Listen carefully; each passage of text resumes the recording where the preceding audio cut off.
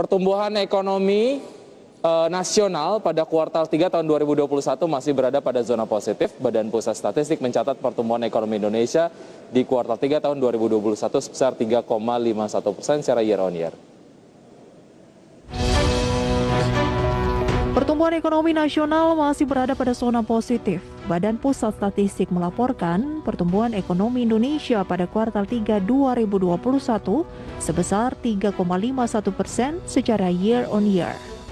Realisasi itu lebih rendah dari pertumbuhan kuartal kedua 2021 yang mencapai 7,07%. Secara kumulatif, pertumbuhan ekonomi sepanjang Januari hingga September mencapai 3,24%. Menurut Kepala BPS Margo Yuwono, pertumbuhan ekonomi Indonesia sejalan dengan pertumbuhan ekonomi mitra dagang utama yang tercatat positif pada kuartal 3 tahun ini.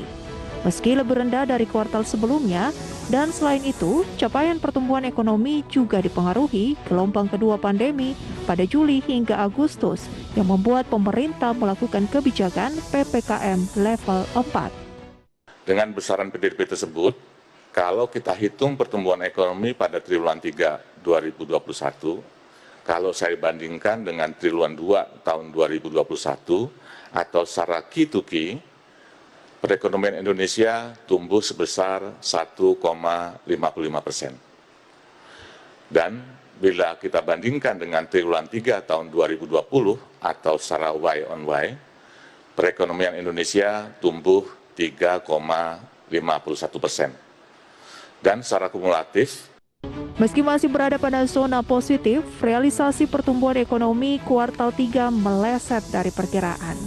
Sebelumnya, Menteri Keuangan Sri Mulyani optimis pertumbuhan ekonomi kuartal 3 berada di 4,5%.